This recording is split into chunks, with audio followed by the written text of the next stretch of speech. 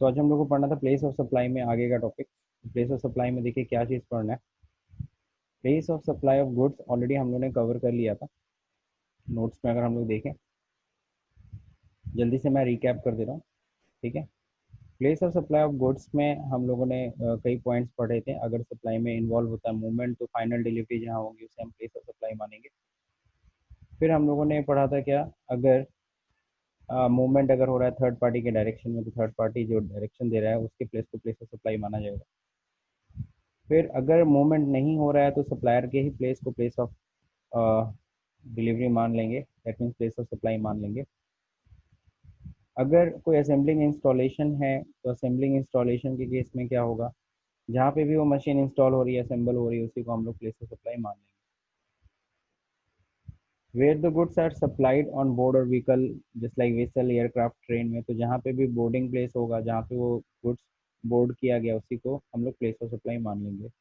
बाकी कोई और केसेस में अगर कहीं को कल को कोई point आती है किसी और केस में, गुड मॉर्निंग सर। किसी और केस में अगर कोई अगर और भी कोई अगर पॉइंट आता है तो उस केस में सच मैनर एज में भी प्रिस्क्राइब, मतलब कि कल को गवर्नमेंट कुछ ना कुछ रूल्स बनाएगी। फिलहाल इतने रूल्स गवर्नमेंट ने बना रखे हैं, इनके अलावा फिलहाल अभी कोई ज़रूरत नहीं है। अगर कल को अगर कोई नया पॉइंट आता है तो उसके लिए फिर गवर्नमेंट रूल्स कुछ ना कुछ बना देगी। देन हम लोग ने place of supply of goods हमें हम लोग ने क्या पढ़ा था, अगर इम्पोर्ट के केस में होता है तो क्या होगा, एक्सपोर्ट के केस में होगा तो क्या होगा। अगर हम इंपोर्ट कर रहे हैं तो सिंपल सा लोकेशन ऑफ द इम्पोर्टर, जो इम्पोर्टर का लोकेशन होगा उसी को हम लोग क्या करेंगे, उसी को हम लोग प्लेस ऑफ सप्लाई ट्रीट करेंगे। लेकिन अगर एक्सपोर्टेड होगा तो आउटसाइड ऑफ इंडिया जहाँ पे भी सामान जा रहा है उसे हम प्लेस ऑफ सप्लाई करेंगे। आपको पता है अगर place of supply outside of India होती है दैट मीन्स एक्सपोर्ट है, और अगर एक्सपोर्ट है तो उस पर कोई टैक्सेस नहीं लगने। देन हम लोग ने फिर पढ़ा था, कल हम लोग ने इसे स्टार्ट कर दिया था, place of supply of services. Place of supply of services के लिए कोई जनरल रूल्स है, where both the parties are in India, दोनों में पार्टी कहाँ पे इंडिया में अगर है तो उस केस में क्या होगा, if the service is provided to a registered person, तो रजिस्टर्ड पर्सन को अगर कोई भी हम सर्विस दे रहे हैं तो सिंपल सा उसका लोकेशन, सर्विस रेसिपिएंट का लोकेशन उसके जीएसटीएन नंबर से क्लियर हो जाएगा, और उससे आप क्लियर कर सकते हो ये इंटर सप्लाई है, इंटर स्टेट सप्लाई है, इंट्रा स्टेट सप्लाई है। If the service provided to an unregistered person, लेकिन जो हमारा रेसिपिएंट है अगर वो अनरजिस्टर्ड है तो अगर हमारे रिकॉर्ड में उसका एड्रेस है तो उसके एड्रेस को देख करके हम लोग बता सकते हैं कि वो अपने स्टेट में सप्लाई हो रही है कि दूसरे स्टेट में। लेकिन अगर उसका एड्रेस हमारे पास अवेलेबल नहीं है तो सर्विस प्रोवाइडर के ही एड्रेस को प्लेस ऑफ सप्लाई मान लेंगे, यानी कि जहाँ का सप्लायर है वहीं का प्लेस ऑफ सप्लाई भी मान लिया जाएगा, that means intra state supply. अब स्पेसिफिक रूल्स स्पेसिफिक केसेस में, जस्ट लाइक इमूवेबल प्रॉपर्टी से कनेक्टेड कोई भी, just like marriage hall, hotel, guest house, inn या इंजीनियर्स की सर्विस, तो इन सब केसेस में जहाँ पे भी वो इमूवेबल प्रॉपर्टी होती है उसी को हम लोग क्या बोलते हैं, हम लोग प्लेस ऑफ सप्लाई बोलते हैं। जस्ट लाइक अगर होटल अगर अपनी कोई भी रूम सर्विसेज दे रहा है तो उसको हम लोग क्या बोलेंगे, होटल की सर्विसेज जो होती है वो क्या होगी, जहाँ पे होटल होगा उसी प्लेस को हम लोग प्लेस ऑफ सप्लाई ट्रीट करेंगे, ठीक है ना। तो ये हम लोगों ने पहला पॉइंट क्लियर कर लिया था इमूवेबल प्रॉपर्टी के केस में।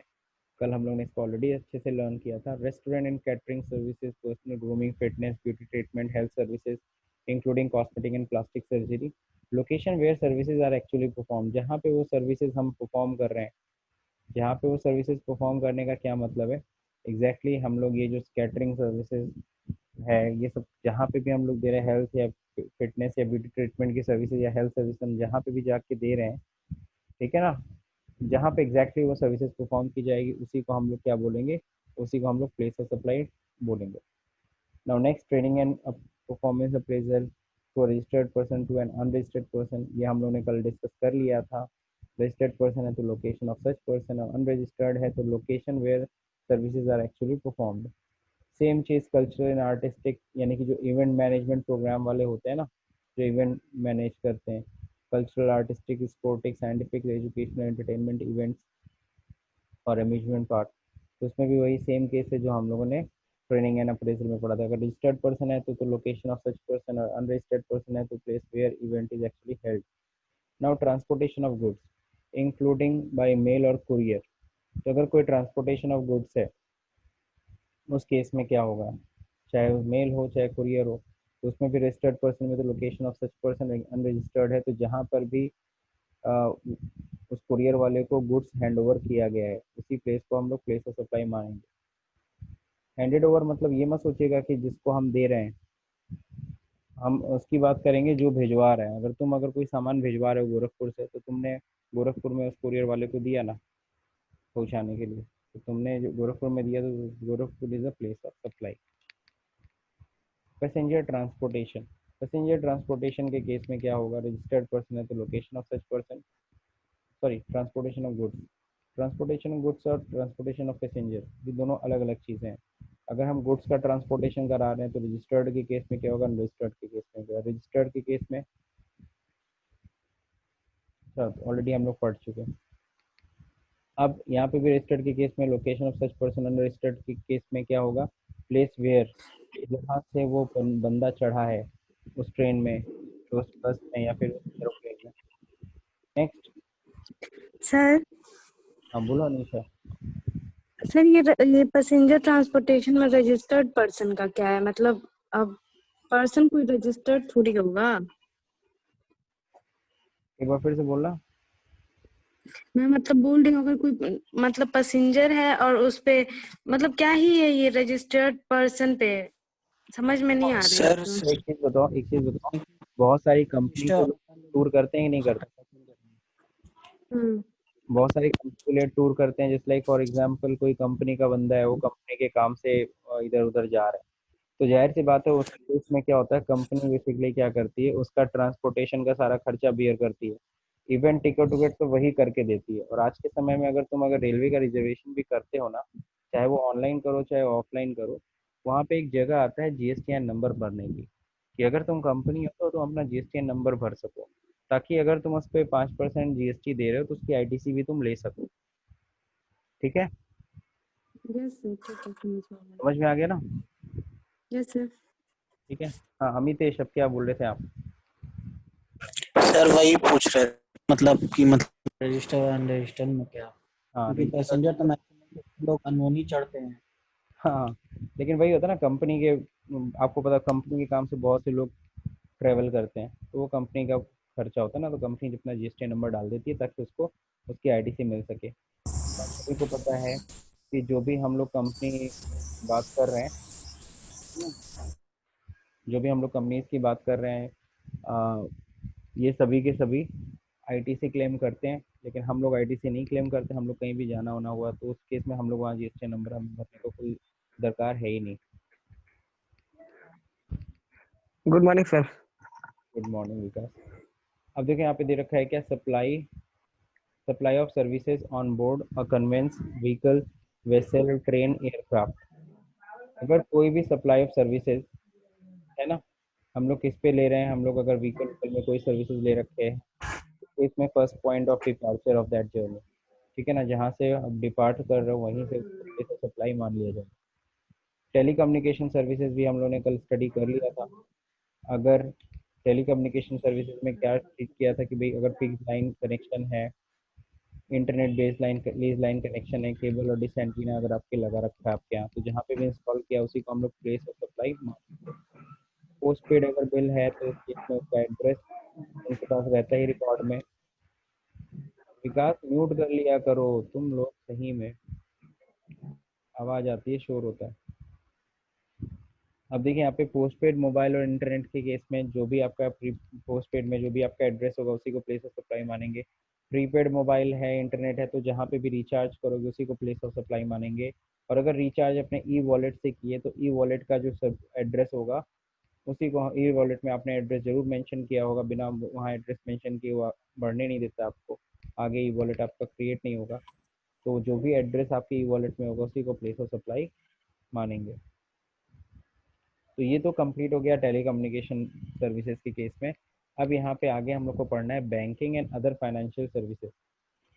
ये हम लोगों ने कल नहीं कवर किया था, ये आज हम लोग कवर करेंगे। तो बैंकिंग और अदर फाइनेंशियल सर्विसेज में देखो यहाँ पे क्या रखा है, to account holder to non account holder.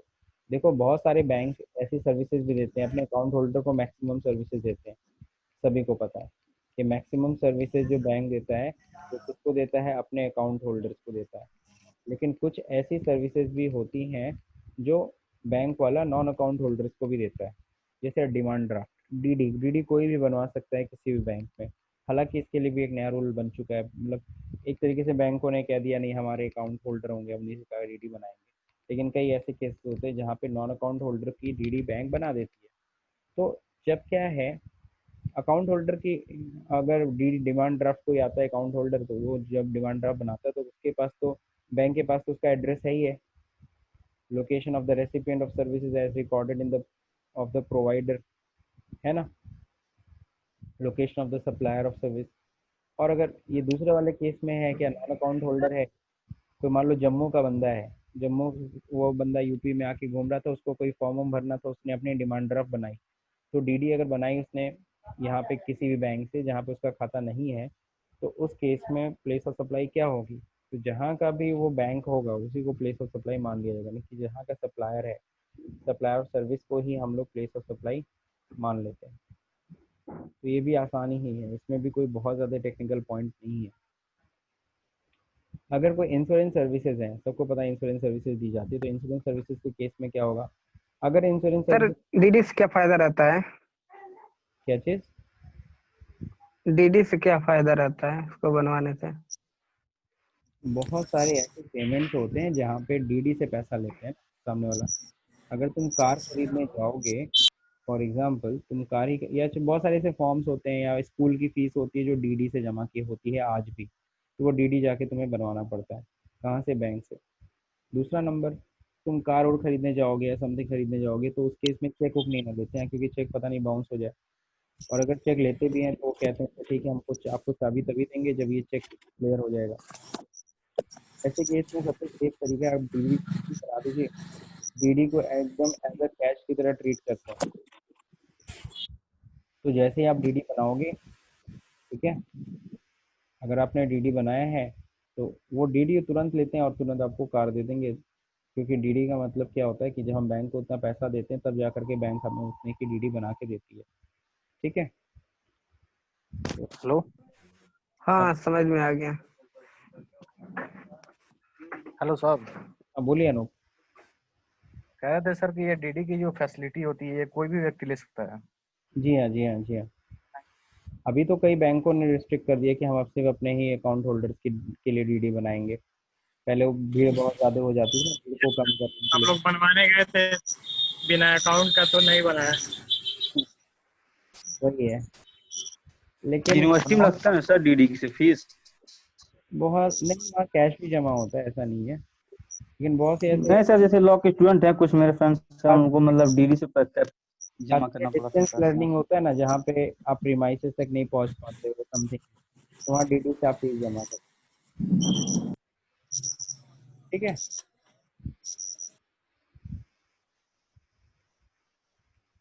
चलिए आगे बढ़ते हैं हम लोग। नेक्स्ट क्या है, इंश्योरेंस सर्विसेज की बात कर रहे थे। अगर रजिस्टर्ड पर्सन को इंश्योरेंस सर्विसेज दे रहे हैं, मान भाई इंश्योरेंस, अब आपको ध्यान रहे सिर्फ LIC ही नहीं होती है, जनरल इंश्योरेंस भी होता है। हम बिजनेसमैन हैं, हम अपने स्टॉक का इंश्योरेंस करा सकते हैं, हम अपने बिजनेस के बिल्डिंग का इंश्योरेंस करा सकते हैं, बहुत सारी चीज़ों का इंश्योरेंस होता है, ठीक है ना। तो अगर इंश्योरेंस की सर्विसेज अगर किसी रजिस्टर्ड पर्सन को दी जा रही, किसी कंपनी वंपनी को दी जा रही, तो लोकेशन क्लियर हो गया। लेकिन अगर यही इंश्योरेंस की सर्विस कोई अनरजिस्टर्ड पर्सन ले रहा है, यानी हम लोग ले रहे हैं, या कोई ऐसा बिजनेस ले रहा है जो बिजनेस अनरजिस्टर्ड है, तो उस केस में क्या होगा, तो location of the recipient of services on the record of the supplier of services, क्योंकि अगर कोई भी बंदा इंश्योरेंस कर रहा है, चाहे वो रजिस्टर्ड हो चाहे वो अनरजिस्टर्ड हो, उसका एड्रेस इंश्योरेंस कंपनी मेंटेन करती है। सबको पता है केवाईसी नॉर्म्स होता है, नो योर क्लाइंट, नो या फिर कह लो नो योर कस्टमर। उसके तहत जो भी लीगली रिक्वायरमेंट्स होती हैं डॉक्यूमेंट्स की, वो आपसे ले ली जाती है, जैसे Aadhaar, PAN and etcetera and etcetera, ठीक है, जो भी जिससे प्रूफ हो सके आप कहाँ के हो। तो उसी के अनुसार ही आपके रिकॉर्ड, जो भी सर्विस प्रोवाइडर के पास एड्रेस जो आपका रिकॉर्डेड में रहेगा, उसी को प्लेस ऑफ सप्लाई मानेंगे। तो ये था place of supply of services, 2 point रह गए थे जिसको आज हम लोग ने कवर कर लिया। नाउ नेक्स्ट, अब देखो क्या चीज़ है, ये बस एडिशनल चीज़ें दे रखी है। General rule where either of service recipient और the provider is outside of India. यहाँ पे जनरल रूल्स दे रखे हैं। क्या ये जनरल रूल्स हैं, आइदर ऑफ सर्विस रेसिपिएंट या फिर कह लो क्या, provider is outside of India. आप चाहे सर्विस रेसिपिएंट हो, सर चाहे service recipient outside of India हो, चाहे प्रोवाइडर आउटसाइड ऑफ इंडिया, तो उस केस में क्या है, तो यहाँ पे कह रहा है the place of supply will be the location of service recipient. ठीक है ना, अगर service recipient outside of India है तो सर्विस रेसिपिएंट के एड्रेस को ही आप क्या कर लेना, प्लेस ऑफ सप्लाई मान लेना। अब मान लो मैं कोई मेरी कंपनी है, मैं मान लो इन्फोसिस हूँ, इन्फोसिस हूँ, मैं सॉफ्टवेयर बना रहा हूँ अमेरिकन किसी कंपनी के लिए, मैं सॉफ्टवेयर बना रहा हूँ, तो जाहिर सी बात है वो मेरा प्लेस ऑफ सप्लाई होगी। तो मैं अपना सर्विस एक्सपोर्ट कर रहा हूँ, आपको पता है कि सर्विस मतलब चाहे गुड्स चाहे सर्विस आप कुछ भी एक्सपोर्ट करते हो उससे भारत को फायदा होता है, पैसा बाहर से आता है, इसलिए एक्सपोर्ट्स के ऊपर कोई टैक्सेस नहीं है। ठीक है, नेक्स्ट अगर क्या है, in case where the location of service recipient is not available location of the supplier, then location of supplier को हम लोग क्या मानते हैं, प्लेस ऑफ सप्लाई। अगर तुम इम्पोर्ट कर रहे हो, कोई सर्विस ले रहे हो फॉरेन से, तो उस केस में क्या होगा, तुम्हारी एड्रेस को ही प्लेस ऑफ सप्लाई ट्रीट किया जाएगा।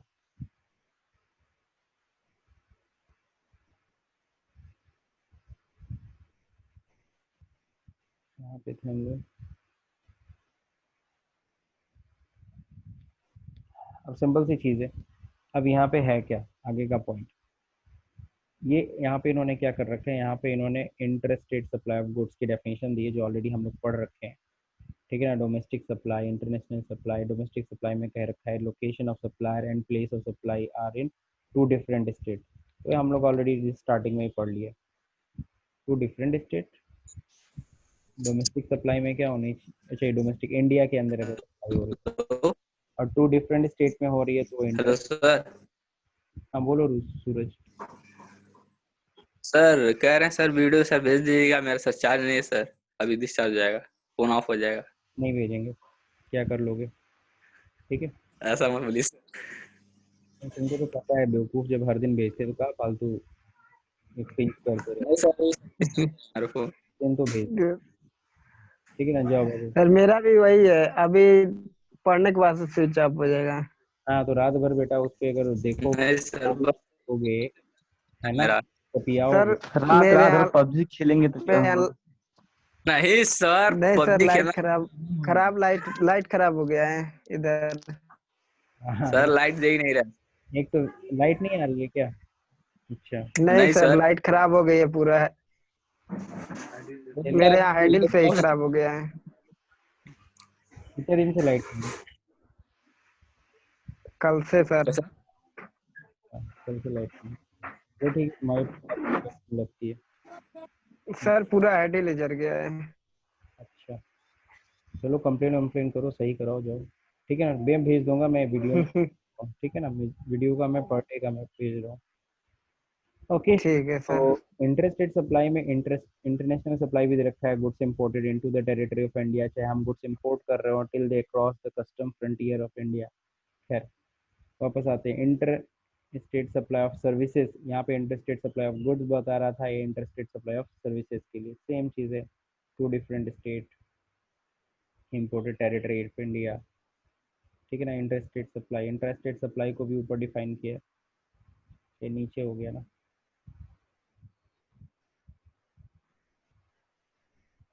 कोई नहीं, हम लोग इसको नीचे कर लेते हैं।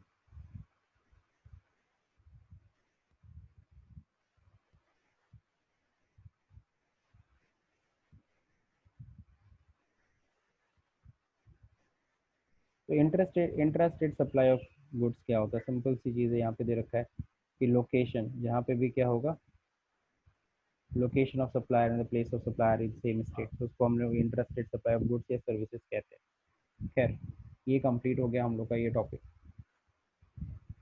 तो प्लेस ऑफ सप्लाई हम लोगों ने कंप्लीट कर लिया है। अब हम लोग को जो पढ़ना था वो है वैल्यू ऑफ सप्लाई, जो कि अगला टॉपिक है। उससे पहले हम लोग पहले इसको स्टडी कर लें, तो जो हम लोगों ने कवर किया है, देखिए place of supply of goods हम लोगों ने कवर कर लिया, place of supply of services भी हमने कवर कर लिया। अभी तक के अगर हम टॉपिक से अगर हम समझें, तो हम लोगों ने सबसे पहले टाइम ऑफ सप्लाई पढ़ा, तो जो सर टाइम, स्क्रीन शो नहीं कर रहा हम बोलो, है, स्क्रीन शो नहीं कर रहा है। अच्छा सॉरी, देखो यहाँ पे हम लोग सबसे पहले यहाँ पे क्या पढ़ रहे हैं, हम लोग ने सबसे पहले टॉस पढ़ा, ठीक है। तो जो हम लोग ने टॉस पढ़ा है इसमें दो चीज़ें होती है, टॉस ऑफ गुड्स यानी time of supply of toss of goods, है ना पहले टॉपिक। फिर इसमें हमने क्लियर किया टॉस ऑफ सर्विसेज। फिर दूसरा टॉपिक हमने क्या पढ़ा, हम लोगों ने पढ़ा टाइम ऑफ सप्लाई के बाद प्लेस ऑफ सप्लाई, ठीक है ना। इसको पहले पुराने समय में पॉइंट ऑफ टैक्सेशन भी लोग कहते थे। तो point place of supply of goods हमने इसको पहले अच्छे से पढ़ा। उसके बाद हमने पढ़ा place of supply of services, ठीक है। तो ये कंप्लीट हो गया। आज हम लोग को अब जो अगला जो टॉपिक है वो क्या है, वो है वैल्यू ऑफ सप्लाई, ठीक है। तो बेसिकली अब हम लोग को जो टॉपिक पढ़ना है वो है वैल्यू ऑफ सप्लाई। तो मैं एक बार फिर से सबको बता दे रहा हूँ हम लोग क्यों टाइम ऑफ सप्लाई हम लोग क्यों पढ़ रहे थे।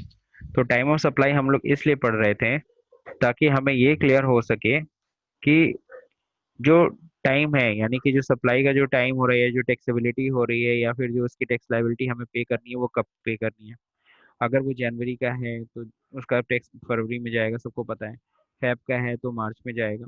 और खासकर एक और चीज़ को डिटरमाइन करने के लिए, टैक्स के रेट को डिटरमाइन करने के लिए, क्योंकि आजकल देख रहे हो टैक्स के रेट अप एंड डाउन हो रहे हैं।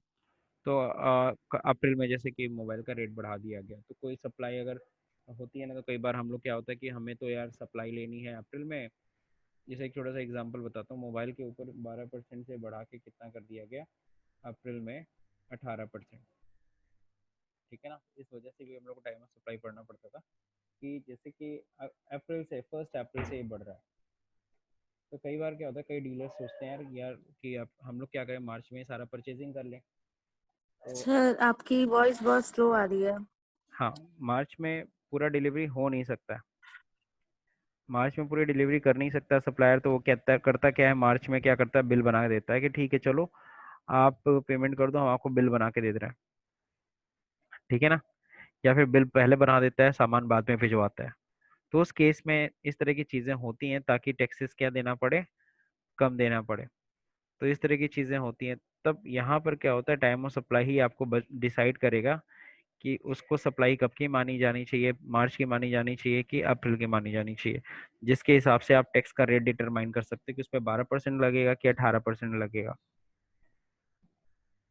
ठीक है। तो ये सब चीज़ों को पता लगाने में काफ़ी हेल्प मिलती है। नाउ नेक्स्ट होता है क्या, place of supply. Place of supply हमने क्यों सीखा। टाइम ऑफ सप्लाई तो हमने ये सीखा था कि हम ये पता कर सके कि टैक्सेबिलिटी है, मतलब टैक्स लायबिलिटी हमारी बनी कब, पॉइंट ऑफ टैक्सेशन को जानने के लिए। प्लेस ऑफ सप्लाई हम लोग क्यों पढ़ते हैं, ताकि हम ये डिटरमाइन कर सके ताकि वो इंटर स्टेट सप्लाई है कि इंट्रा स्टेट सप्लाई है।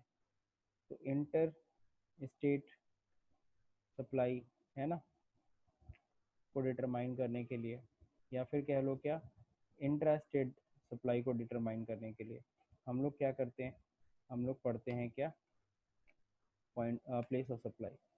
अब देखिए यहाँ पे हम लोग बात करेंगे क्या, वैल्यू ऑफ सप्लाई की। वैल्यू ऑफ सप्लाई हम क्यों कर रहे हैं पता। चलिए हमने देखो अभी तक दो बातें निकाली कि 5% लगेगा कि 13% लगेगा, ठीक है। पहले तो हमने ये गुड मॉर्निंग सर।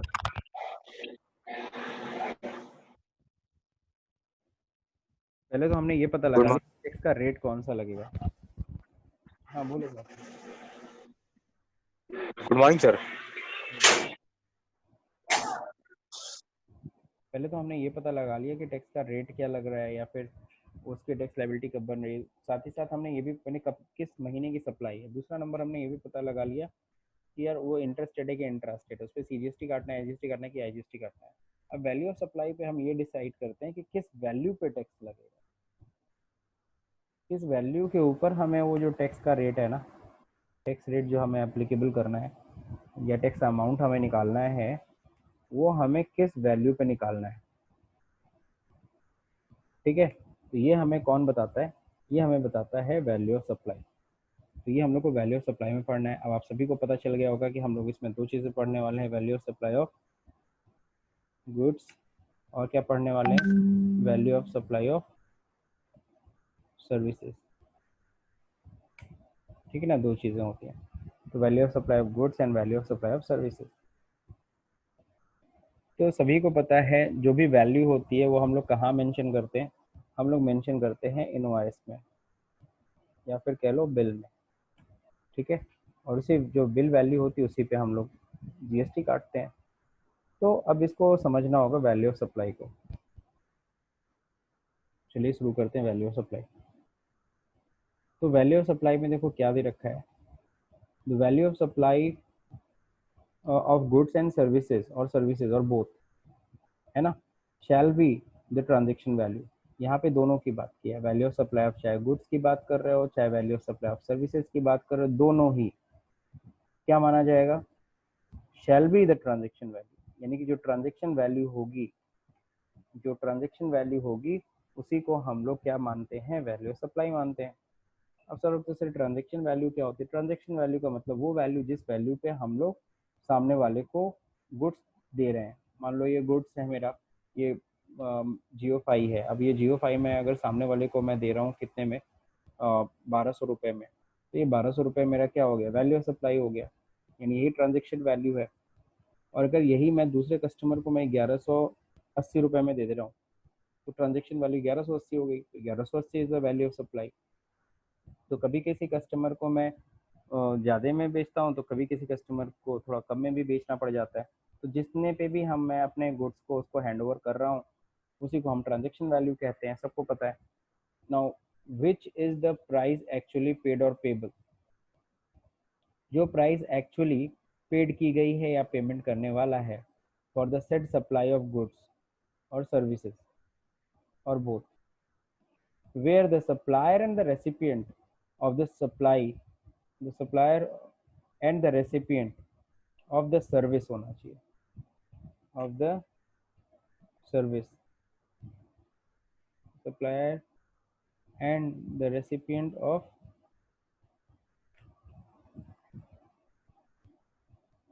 एक मिनट क्या था,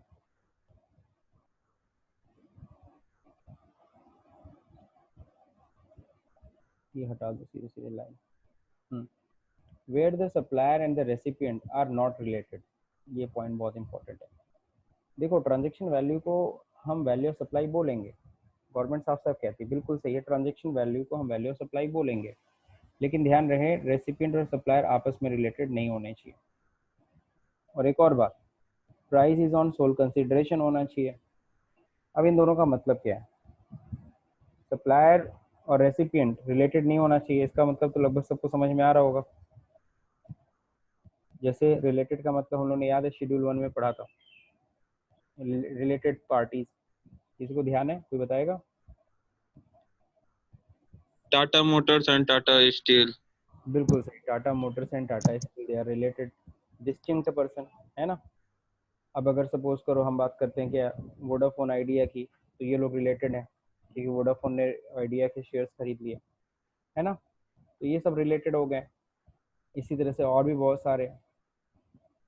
तो अगर हम लोग बात करें क्या, वो दोनों आपस में रिलेटेड नहीं होने चाहिए, क्यों? तब क्योंकि देखो उस केस में हम ट्रांजेक्शन वैल्यू को हम वैल्यू ऑफ सप्लाई नहीं मानेंगे अगर वो दोनों रिलेटेड होंगे, क्योंकि रिलेटेड हैं तो वो प्राइस को क्या कर सकते हैं, मैनिपुलेट कर सकते हैं, प्राइस कुछ भी दिखा सकते हैं, इन द सेंस प्राइस को कम दिखा सकते हैं ताकि कम टैक्सेस देने पड़े। तो ट्रांजेक्शन वैल्यू ऑफ सप्लाई तब मानी जाती है जब बायर और सेलर आपस में supplier and the recipient both are not related, और साथ ही साथ price is on sole consideration, यानी सप्लायर सेल्फ डिसाइड कर रहा है कि ये किस प्राइस पे बेचना है मुझे, कोई और उसे कंट्रोल नहीं कर रहा है।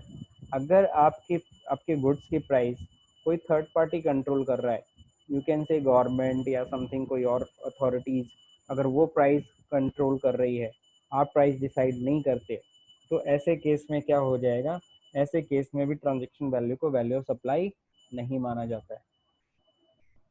तो बात जैसे एजेंसीज होती हैं बहुत सारी, तो एजेंसीज माल उसी प्राइस पे बेचते हैं जिस प्राइस पे कंपनी बोलती है।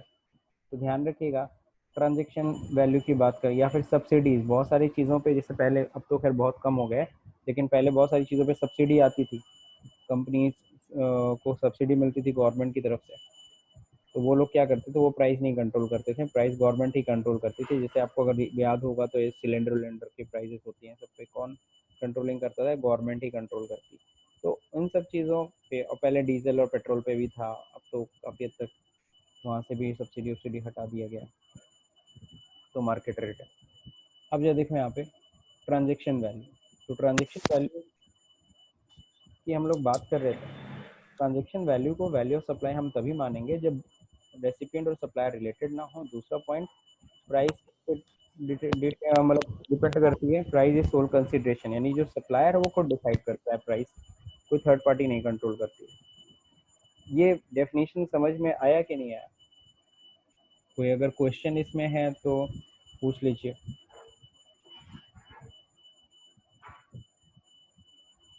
कोई आपसे अगर आपसे एक सिंपल सा एक क्वेश्चन पूछता है what is value of supply, तो आपको सिंपल सा बोलना है कि value of supply is the transaction value.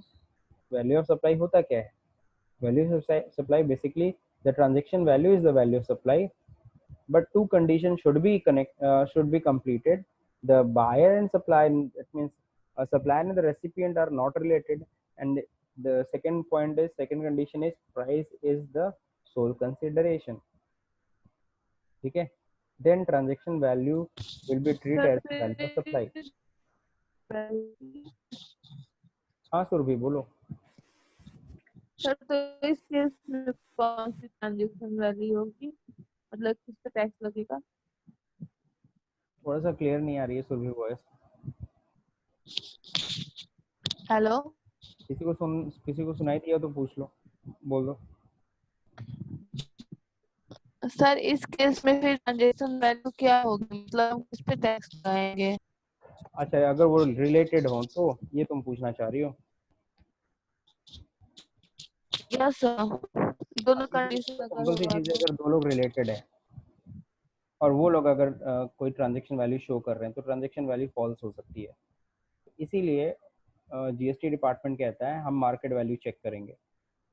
यानी कि अगर सपोज करो टाटा स्टील है, टाटा मोटर्स है, टाटा स्टील अपने टाटा मोटर्स को जाए तो सस्ते में स्टील यस देगा, सर, लेकिन वही टाटा स्टील जब दूसरी कंपनी को जब बेचता है, मान लो वो कितने में देता है, वो 10,000 में देता है, लेकिन वही स्टील जब अपनी मोटर कंपनी को देता है तो उसको 8,000 में देता है। तो गवर्नमेंट कहता है आप चाहे जितने पे भी ट्रांजेक्शन कर लो, कोई टेंशन नहीं, मुझे तो 10,000 पे जीएसटी चाहिए। अच्छा समझ में आया कि नहीं आया? ठीक है सर। तो वहाँ पे और यस सर, बहुत सारे रूल्स भी हैं, आगे हम लोग देखेंगे। हालांकि हमारे बुक में बहुत कम दिया है, लेकिन एक्सप्लेनेटरी नोट्स हम लोग के पास होंगे जरूर। एक सेकंड नंबर पॉइंट समझा दीजिएगा सर थोड़ा। कौन सा पॉइंट? सेकंड नंबर वही जो था, जो price. Price the sole consideration. तो तुम दुकानदार हो, बहुत सिंपल लैंग्वेज में समझा रहा हूँ। तुम दुकानदार हो, ठीक है, तुम्हारी कौन सी दुकान है? तुम्हारी दुकान है मान लो कंप्यूटर्स की, शाही मार्केट में सपोज करो तुम्हारा शॉप है। अब क्या होता है, तुम्हारे पास जाते हैं अमितेश जी लैपटॉप लेने, तो तुम्हारे पास कोई 25,000 का लैपटॉप है जो तुमने उसको 30,000 में चिपका दिया, ठीक है। अब फिर क्या होता है, उसी तरीके से फिर एक और कस्टमर आते हैं, सपोज करो तुम्हारे पास कस्टमर आते हैं विकास जी, तो वो भी वही लैपटॉप खरीदना चाहते हैं, लेकिन वो बहुत ज़्यादा बार्गेनिंग कर रहे हैं, ठीक है, बार्गेनिंग कर रहे हैं और हो रहा है ना, बहुत फंसा हुआ है। फिर तुमको लगा यार किसी तरह से इसको सामान बेचना है, चलो ठीक है इसको और डिस्काउंट दे देते हैं। तो तुमने उसी लैपटॉप को जो अभी अमितेश जी को कितने में बेचा था, 30,000 में, उसी लैपटॉप को तुमने अभी किसको, विकास जी को तुमने बेच दिया 28,000 में। बात जरा समझना। अब ये चीज़ Yes, sir. बताओ, किसको 28,000 में बेचना है उसी चीज़ को? 25,000 वाला लैपटॉप किसको 28,000 में बेचना है, किसको 30,000 में बेचना है, किसको 29,000 में बेचना है? ये कौन डिसाइड कर रहा है? ये तो सर हम ही डिसाइड कर रहे हैं। हाँ, तो इसी को कहते हैं सोल। सोल मतलब खुद। सोल मतलब क्या होता है? खुद। खुद। आप सेल्फ डिसाइड कर रहे हो, यानी व्यापारी सेल्फ डिसाइड कर रहा है, कोई तीसरा कंट्रोल नहीं कर रहा है प्राइस, ठीक है। Yes. जैसे मैंने अभी ठीक। ये डीजल और सॉरी इसके केस में, सिलेंडर वाले केस में जैसे बोला कि उस पर प्राइस कौन डिसाइड करेगी, गवर्नमेंट डिसाइड करती है। हाँ, तो उस केस में हो गया। या फिर कई कंपनियां होती जो जिनकी एजेंसी चल रही, तो एजेंसी माल किस प्राइस पे बेचती है, जिस प्राइस पे कंपनी उनसे कहती है। पता चला कंपनी ने भेजा, एमआरपी उस पर सेट किया 40 रुपए, लेकिन फिर कंपनी से ऑर्डर आया नहीं 40 वाली जो है MRP वाली चीज़ है वो सब लोग 38 रुपये में या 35 रुपये में निकाल दो, तो ठीक है भैया, जैसी कंपनी कहेगी वैसे करेंगे। यानी वहाँ पे आपको Yes. डिसाइड नहीं करते हैं प्राइस, ठीक है। हाँ कंपनी डिसाइड करती है। हाँ, अब समझ में आ गया सेकंड वाला पॉइंट। Yes sir. चलो बहुत बढ़िया, आगे बढ़ते हैं। The value of supply shall include. अब सवाल उठता है, अब हमें ये समझना, अभी तक तो हमने वैल्यू ऑफ सप्लाई की डेफिनेशन समझी, अब हमको यहाँ पे ये समझना है कि वैल्यू ऑफ सप्लाई में क्या चीज़ ऐड होती है और क्या चीज़ लेस होती है।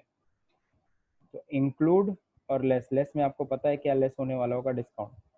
तो बस इन्हीं दोनों को थोड़ा समझना है। तो आज हम लोग इंक्लूड वाला टॉपिक कंप्लीट करेंगे। तो अभी डिस्कनेक्ट हो रहा है, फिर से आप लोग कनेक्ट कर लीजिए ताकि आज हम लोग इंक्लूड वाला पॉइंट समझ लें।